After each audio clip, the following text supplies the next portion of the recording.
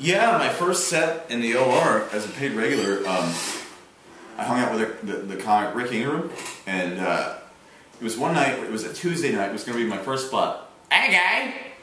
It was going to be my first spot ever, and Jeff was there, he can attest to this.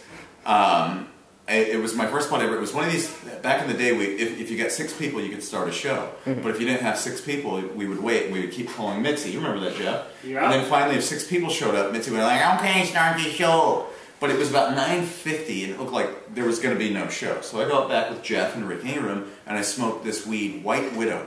I consider myself a pothead, and there's not a whole lot of strains that'll put me down.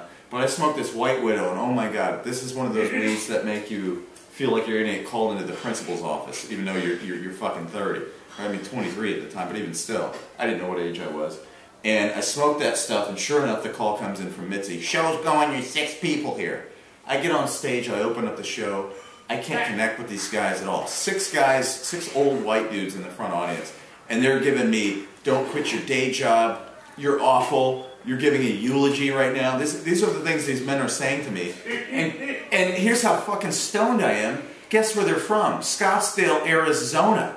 I grew up in Tempe, Arizona. I can't think of a thing to connect with on them. My mind was left in the sacred ground back here, in the smoking alley with the White Widow.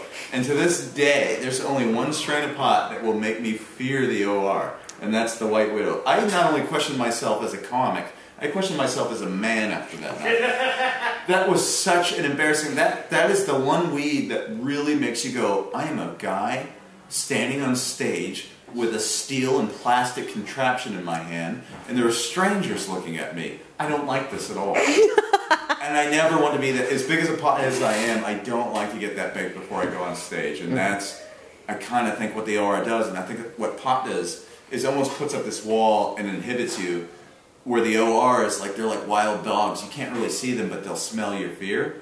And if you don't commit to whatever it is you're doing, even if it's brand new, they'll call you out on it.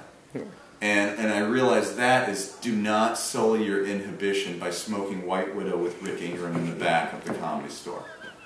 That is the lesson. Lesson for the kids. Lesson for the kids. All right.